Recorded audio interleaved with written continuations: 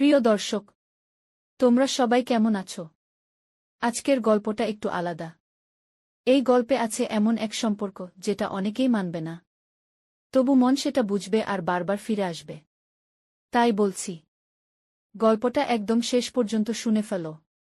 আর যদি ভালো লাগে তাহলে চ্যানেলটা সাবস্ক্রাইব করে দিও, ভিডিওতে একটা লাইক দিও, কমেন্টে জানিও কেমন লাগছে। তোমাদের লাইক আর কমেন্টই আমাদের সাহস। সকালটা একটু গরম ছিল। আমি বাথরুমে ঢুকে শাওয়ার ছেড়ে দিলাম। জল পড়ছিল মাথা থেকে পিঠ হয়ে নিচে। চুল ভিজে গায়ে লেপ্টে যাচ্ছিল। আমি চোখ বন্ধ করে দাঁড়িয়েছিলাম। হঠাৎ দরজার ধারে কার যেন ছায়া পড়ল। আমি চমকে উঠলাম। কেউ হয়তো সামনে দিয়ে যাচ্ছিল, কিন্তু কিছুক্ষণ পর আবার সেই ছায়া। আমি বললাম, কে? ও কি তুই? ওর গলা এলো, না না কিছু না, তোর তোয়ালে শুকাতে দিয়েছিলি সেটা নিচ্ছিলাম। আমি বললাম, ওকে ঠিক আছে। কিন্তু ও দাঁড়িয়েছিল দরজার একদম পাশে। আমি শাওয়ারের নিচে দাঁড়িয়েছিলাম। গায়ে জল পড়ছিল।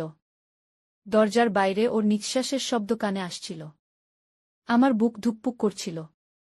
আমি জানি দরজা বন্ধ, ও কিছু দেখছে না। তবুও কেন যেন মনে হচ্ছিল ও আমাকে ছুঁয়ে ফেলেছে। হঠাৎ ও বলল, তুই জানিস, ভেজা চুলে তোকে কল্পনা করলে আমার ঘুম আসে না। আমি কিছু বললাম না, শুধু শাওয়ার বন্ধ করে পাশের তোয়ালেটা হাতে নিলাম। কাঁধে জল গড়িয়ে পড়ছিল। দরজার ওপারে ও এখনো দাঁড়িয়েছিল। আমি বললাম, তুই গেলি না? সে বলল, তোর ছায়া দরজার ভিতর থেকে এমন দেখা যাচ্ছে যেটা চোখ ফিরিয়ে নিতে পারছি না। আমি থেমে গেলাম।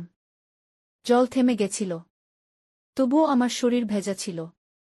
ভেতরে গরম হচ্ছিল, তবে বাইরের ঠান্ডা হাওয়ায় আমি কাঁপছিলাম। আমি তোয়ালে জড়িয়ে দরজা খুলে মাথা বের করে বললাম, তুই এতক্ষণ দাঁড়িয়েছিলি? সে আমার চোখের দিকে তাকিয়ে বলল, তুই জানিস, তোর চোখ আমার ভিতরের সব জ্বালিয়ে দেয়া। আমি দরজা ধাক্কা দিয়ে বন্ধ করে দিলাম। তবুও ঠোঁটে একটুকু হাসি ছিল, যেটা আমি চাইলেও আটকাতে পারিনি। ভেজা শরীর আর ভেজা মন তখন একসাথে জ্বলছিল। দেয়ালের ওপাশে দাঁড়িয়ে থাকা ছেলেটা আমার নিজের ভাই। তবুও সেই মুহূর্তে সম্পর্কের কোনো নাম খুঁজে পাচ্ছিলাম না। ছিল শুধু নিঃশব্দ উত্তাপ আর একটা না বলা অনুভব। সকালের সেই বাথরুমের মুহূর্তটা বারবার মনে পড়ছিল। আমি চুপ করে দাঁড়িয়েছিলাম বিছানার সামনে।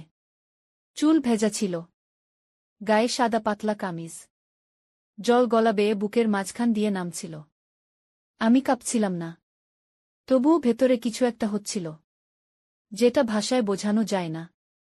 ও আমার ঘরে এলো আস্তে পা ফেলে। চোখে ছিল সেই পুরনো চাওয়া যেটা আমাকে কাঁপিয়ে দেয় বারবার। ও বলল, তুই এইভাবে দাঁড়িয়ে আছিস কেন? তুই জানিস তোকে এরকম দেখলে আমার ভিতরটা গলে যায়। আমি চুপ করে তাকিয়েছিলাম।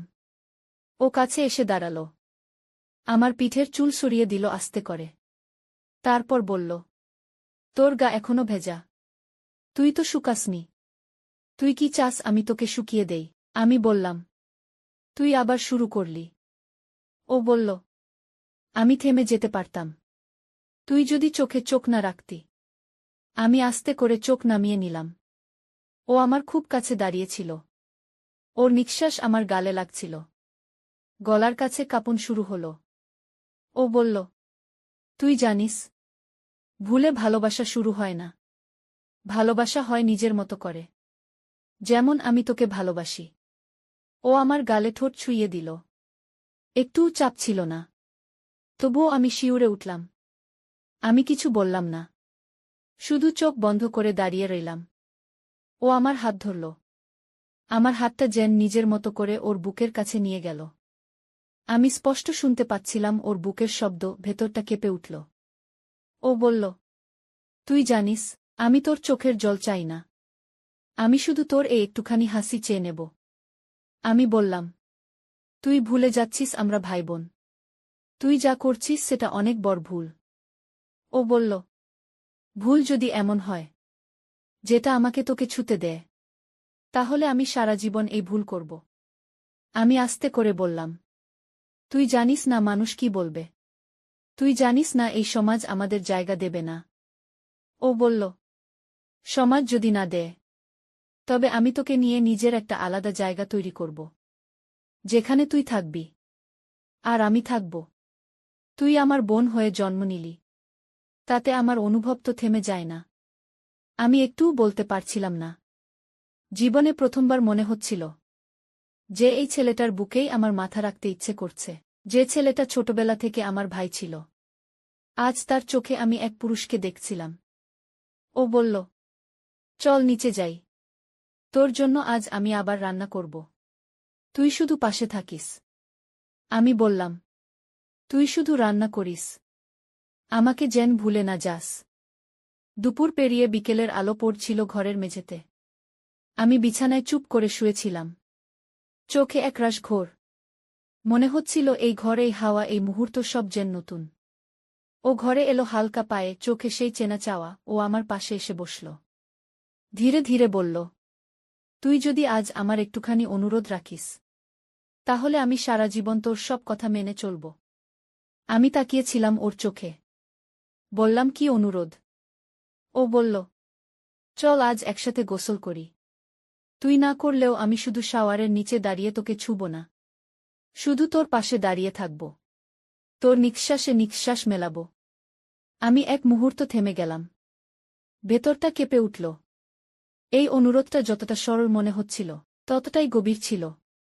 আমি বললাম, তুই জানিস না এটা কত বড় ভুল? তুই জানিস না আমি এখনো লড়াই করছি নিজের ভেতরের সঙ্গে?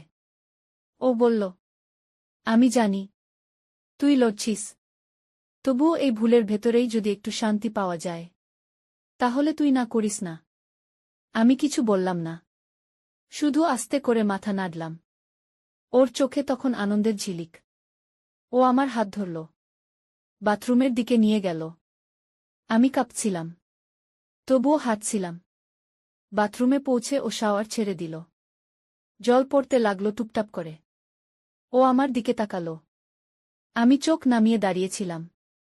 ও বলল, তুই শুধু এই শাওয়ারের নিচে একটু দাঁড়া, আমি কিছু করব না। আমি গিয়ে দাঁড়ালাম। জল পড়ছিল মাথা থেকে গায়ে, চুল ভিজে গেছিল। ও আস্তে করে কাছে এলো। আমার এক হাত ধরে ও নিজের দিকে টেনে নিল। ও বলল, তুই জানিস, এই জলের নিচে দাঁড়িয়ে তোকে স্পর্শ না করেও আমার বুক ভরে যাচ্ছে। আমি চোখ বন্ধ করলাম। ও পেছন থেকে এসে আমার গায়ে হাত রাখল। জলের শব্দের সঙ্গে মিশে গেল ওর নিঃশ্বাস। ও আমার পিঠে ঠোঁট ছুঁইজে বলল, তুই যদি বলিস থাম, আমি থেমে যাব। আমি কিছু বললাম না, তবুও শরীর ঠান্ডা জলে কাঁপছিল, আর মনের ভিতর আগুন জ্বলছিল। ও বলল, তুই যদি এই একটুখানি মুহূর্ত আমায় দিস, তবে আমি সারা জীবন এই স্মৃতি বুকে নিয়ে বাঁচতে পারব। আমি ধীরে ধীরে ঘুরে দাঁড়ালাম, চোখে চোখ রাখলাম। ও আমার গাল ছুঁইয়ে ঠোঁটে হালকা কিস করল। আমি চোখ বন্ধ করে দিলাম। জলের শব্দ থেমেছিল না, কিন্তু মনে হচ্ছিল পৃথিবী থেমে গেছে। ও আমাকে জড়িয়ে ধরল, আমার কপালে ঠোঁট রাখল। আমরা দুজন জলের নিচে একসাথে দাঁড়িয়েছিলাম, একদম নীরব। তবুও এত কিছু বলে ফেলেছিলাম স্পর্শ দিয়ে। রাত হয়ে গেছিল, আকাশে তারাগুলো জ্বলছিল। আমি জানালার পাশে দাঁড়িয়েছিলাম। চুল শুকিয়ে গেছিল, তবুও মনে হচ্ছিল এখনো ভেজা। কারণ শরীর থেকে নয়, ভেজা ছিল মন। বাথরুমের সেই মুহূর্তটা মনে পড়ছিল। একসাথে দাঁড়ানো, একসাথে কাঁপা, একসাথে নিঃশ্বাস নেওয়া, সেই অনুভব মনে হচ্ছিল চিরকালের জন্য গেঁথে গেছে। ও এসে আমার পাশে দাঁড়াল, কিছু বলল না, শুধু আমার কাঁধে মাথা রাখল। আমি চুপ করে দাঁড়িয়ে থাকলাম। ও বলল, তুই জানিস আজ তোর শরীর স্পর্শ করার পর আমার ভেতরটা কেমন শান্ত হয়ে গেছে। কিন্তু সেই সঙ্গে একটা ভয়ও কাজ করছিল। ভয় হচ্ছিল তুই দূরে চলে যাবি। আমি বললাম, তুই যদি আমাকে ছেড়ে চলে যেতে চাস তাহলে আমি কিছু বলবো না, তবে আমার বুকটা খালি হয়ে যাবে। তবুও বলবো যা ঠিক সেটা কর। ও বলল, ঠিক ভুলের হিসাব আমি জানি, তবুও আমি শুধু জানি তোর শরীরের গন্ধে আমার ঘুম আসে, তোর গায়ে মাথা রাখলে আমার বুক ঠান্ডা হয়, তুই না থাকলে আমি নিঃশ্বাস নিতে পারি না। আমি চোখ বন্ধ করে দিলাম। এক ফোঁটা জল গড়িয়ে নামল গাল বেয়ে, ও বলল, তুই যদি চাইস আমি এখনই এই ঘর ছেড়ে চলে যাব। আর কোনোদিন তোর সামনে আসব না। তুই শুধু বল, তুই এই সম্পর্কটা চাইস না। আমি থেমে গেলাম। মনে হচ্ছিল হৃদয় থেমে গেছে। সব কথা ভুলে গিয়ে বললাম, আমি তোকে ছাড়তে পারব না। তুই যদি আমার ভুল হোস, তবে আমি এই ভুলেই বাঁচতে চাই। ওর চোখে জল ছিল। ও আমার গাল ছুঁয়ে বলল, তুই আমার জীবনের সবথেকে সুন্দর ভুল। তুই আমার বুকের ভেতরের সেই আগুন, যেটা ছুলে আমি পুড়ে যেতে চাই। আমি ওকে জড়িয়ে ধরলাম। একদম চুপচাপ। শুধু হৃৎস্পন্দনের শব্দ, আমার ঠোঁট ওর কাঁধে ছুঁয়ে গেল। ও বলল, তুই যদি এইভাবে থাকিস, তবে আমি আর কিছু চাইব না। আমি তোর পাশে থেকে, তোর নিঃশ্বাস শুনে, তোর চোখে তাকিয়ে বাকি জীবন কাটিয়ে দেব। আমি বললাম, তুই যদি আমার পাশে থাকিস, তবে আমি কোনো সমাজের কথা ভাবব না। তুই ছাড়া আমি আজ কিছুই ভাবতে পারি না। রাতের ঘর নিঃশব্দ, চাঁদের আলো বিছানায় পড়ছিল। আমরা দুজন পাশাপাশি বসেছিলাম, হাত ধরে, চোখে চোখ রেখে। ও বলল, তুই জানিস, ভুলের মতো করে তোর প্রতি ভালোবাসা শুরু হয়েছিল। কিন্তু এই ভুলটাই আজ আমার সবচেয়ে সত্যি। আমি বললাম, তুই যদি একদিন ছেড়ে চলে যাস, তবে মনে রাখিস, তুই আমার এমন একটা অনুভব, যেটা আমি কাউকে কোনোদিন বোঝাতে পারব না। ও বলল, আমি কোথাও যাব না।